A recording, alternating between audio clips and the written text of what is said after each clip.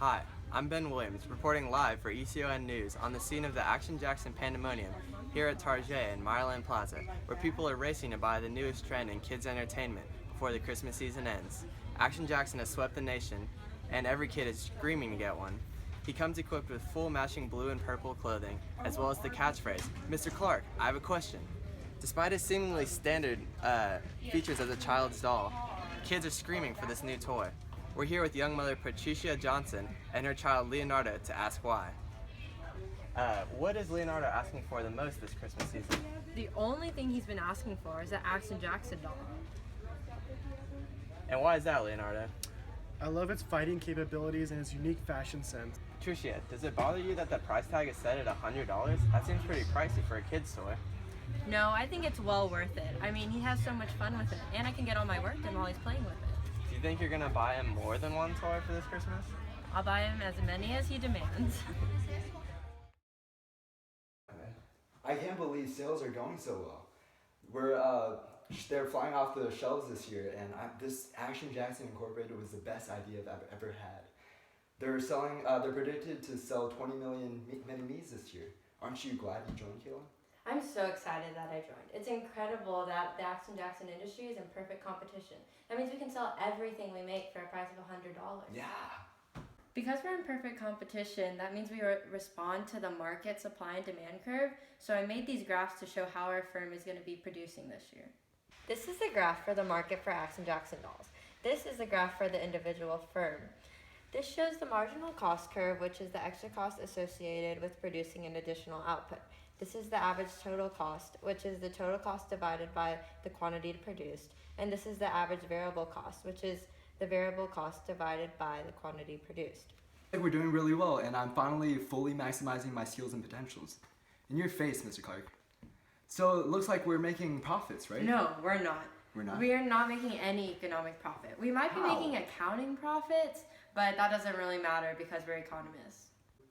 No profits? I didn't start this company not to make any profits. I want to make money. Actually, making no economic profit is what we aim for in a perfectly competitive industry. Let me show you on these graphs. Because we're producing where average total cost is equal to price, we're making zero economic profit. Economic profit is the accounting profit minus the opportunity cost of employing your resources somewhere else, which means that we're covering all our implicit and explicit costs. Oh, that makes sense. Maybe I should ask more questions in Mr. Clark's class. That was weird. Breaking news. Hi, I'm Ben Williams, here reporting for ECON News at Target in Meyerland Plaza.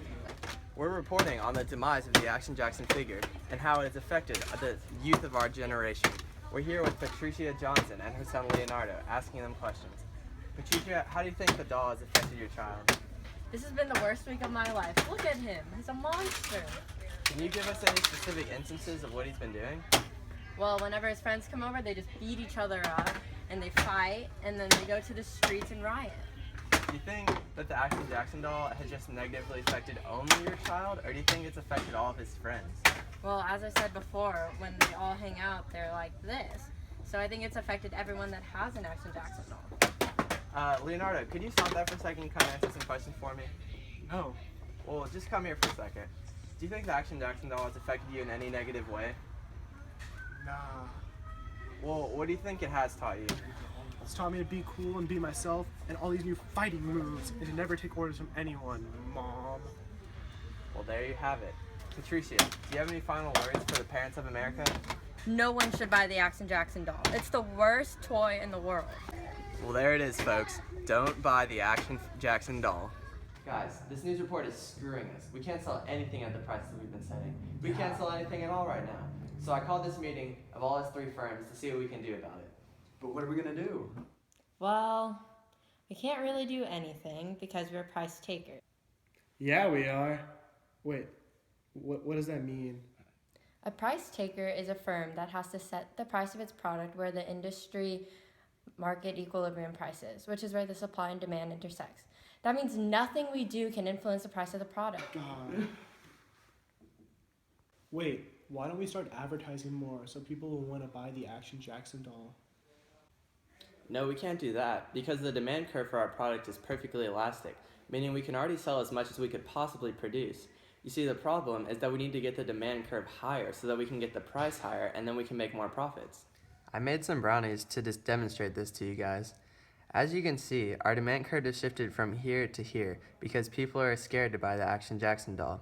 As you know, each of our firms produces where the marginal cost curve intersects the demand curve, which is at this point.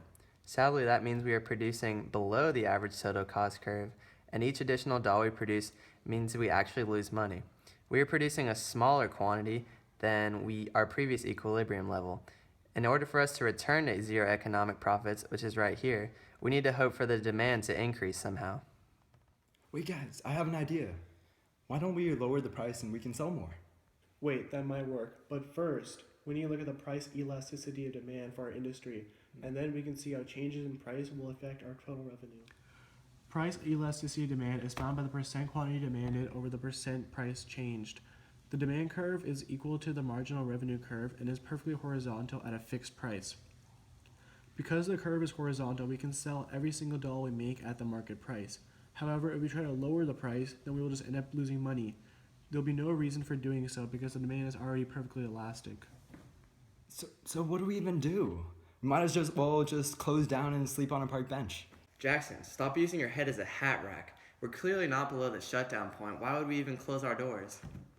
Well, if we can't advertise, then why don't we use product differentiation by adding a special catchphrase or another costume to our Action Jackson doll to make it more favorable to other consumers over other Action Jackson dolls? No, I don't think that'd work because people only want the original Action Jackson, hence the perfectly competitive market structure. No one shut down. We'll hope things get better in the long run and we'll just meet back together later. Guys, look what came in the news. We're saved! Wait, so what does that mean for us? Well, because the Action Jackson doll cures cancer, the demand for our product will increase and increase the price above the equilibrium price, and we'll start to make economic profit. And because of that, and the ease of entry of a perfectly competitive market, many firms are going to enter, increasing the supply of Action Jackson dolls, and then our price will shift back down to the equilibrium price. Wow, what a coincidence. I actually have a graph that will show what will happen in the long run for Action Jackson dolls. You can see there isn't an average variable cost curve because the average variable cost is basically the average total cost curve in the long run. Variable costs are the cost that changes with each unit of output, for example, producing the product. There also aren't any fixed costs in the long run because all the costs are variable. Fixed costs are the costs that don't change with output, like rent of the factory or rent for the land. Wow, I had this crazy dream that I owned this company and everybody in the world bought an Action Jackson figure. Maybe I'll pitch that idea to Mr. Clark. You may say